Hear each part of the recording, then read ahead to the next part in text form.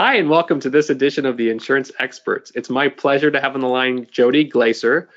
Jodi is a elder care, I'll call it placement expert. Okay, she works with Senior Care Authority, and Mhm. it's really my pleasure to have you join us today. Thanks, Mark. I really appreciate it. It's great to be here. Okay, so we work on the long-term care insurance side, so financing these long-term care plans. It's really fascinating to me to see how the policies actually pay for benefits, and you're a part of that. Tell us a little bit first about your background and then how you got into this industry. Sure. So I'm part of a national franchise called Senior Care Authority, and I own the territory for Palm Beach County and North Broward. I have 30 years of corporate America experience behind me, and I was really ready to be on my own and take everything that I've learned and make it work for me. I also wanted a little bit of job security, which is I definitely have now. Yeah. Yeah. So I help people find the best independent, assisted, and memory care options based on their specific needs, which is made up of mostly communities that serve people for independent, assisted, or memory care, as well as small residential care homes. Okay, so like you're almost like an elder care real estate agent of sorts. I'm a realtor for the aged. Yes, that's a big part of what I do. Mhm. Very cool. And then kind of what made you become passionate about this particular industry and choose it? Yeah, so my aunt actually needed to move into an assisted living facility, and my cousins, excuse me, they were kind of rushed and they found something and had to move in right away. And I don't think that they really qualified it to fit the needs of my aunt. And so it turned out that she ended up finding somebody like me, who's a full service elder care consultant and an agency. And that person actually helped her to look at different places and helped her find the place and ended up where she moved into after the first place. And she was much happier the next time.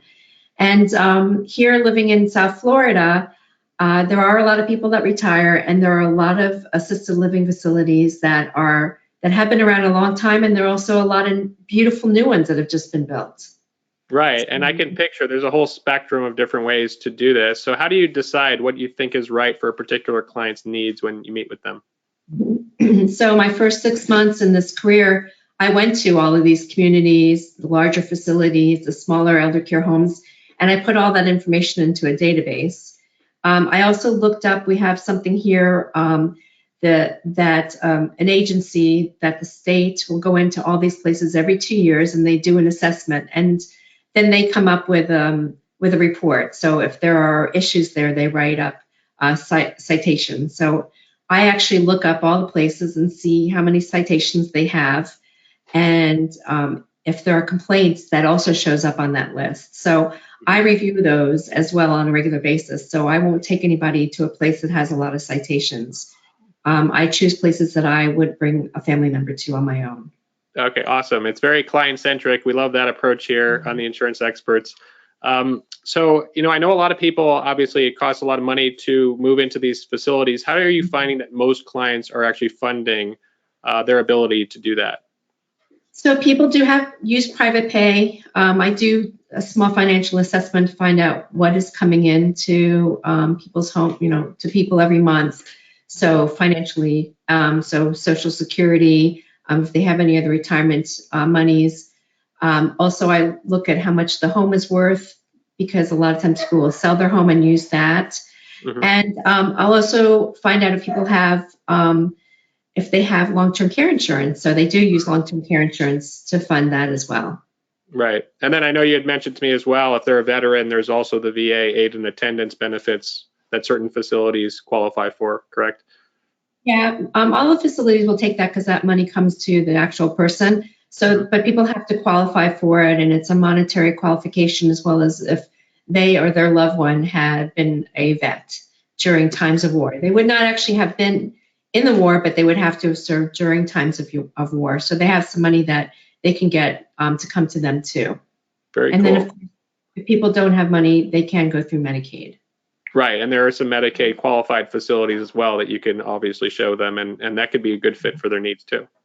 Yes, there are some. Mhm. Okay, well, let's talk about a little client story. I know that you had one that you wanted to share with us today, so give us a little bit about the backstory of the client that you recently worked with. Sure. So I met this couple through a religious affiliated agency that had a senior program. It was mostly case managers and social workers who did counseling for them. And they would recommend somebody like me when they were looking to make a move. So I met them, I went to their home, and I got to meet them both. And it was a gentleman, and he had been losing his sight over years, and he really didn't have much sight left. And his wife had dementia, and she was getting to a point where she seemed fine when you talked to her and you met her, but if she had actual tasks that she needed to complete and her husband asked her to do something, maybe look up some financials, she felt very overwhelmed from that. And so he couldn't really count on her to help him anymore with running the home. So I listened to what their specific needs were and their financial qualifications. And then based on that, I took them to 3 places that we looked at together. And their adult children lived in a different state. And then after we looked at a couple of places, they told me about a friend that they had that lived in Fort Lauderdale, which is not even where we were looking. An old friend of theirs who they knew since childhood from up north. And so I went ahead and called the place, and it actually had independent, assisted, and memory care. So it was a good fit for them. Their friend lived in independent living. And we went to go see the place, and we also made plans to have lunch with her. So we went to go see the place, we had lunch, and they decided that that was where they really wanted to be. There was a lot of love there, and so they really wanted to live near her. Once they made the decision, I introduced them to somebody who I knew who could help them downsize the home that they had and decide what would fit into the new assisted living apartment, what they needed to sell, what they could move, what they needed to give away, and what they had to throw away. And it turned out that that person was also a realtor, so she also helped them to pack up and move, downsize, and sell their home.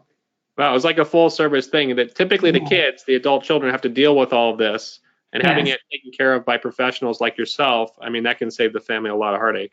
Yes, and it turned out that the daughters came down to help with the process, but it was basically taken care of by this professional. So yeah, it was much easier. Well, very cool. Well, thanks for sharing. It's good to give this side of the business, to agents and advisors out there that are helping their clients plan for this. Actually seeing it in action and having a successful outcome is kind of cool to see full circle. Great. Okay. And we Thanks. hope to have you on future episodes too. I appreciate it. Thank you so much.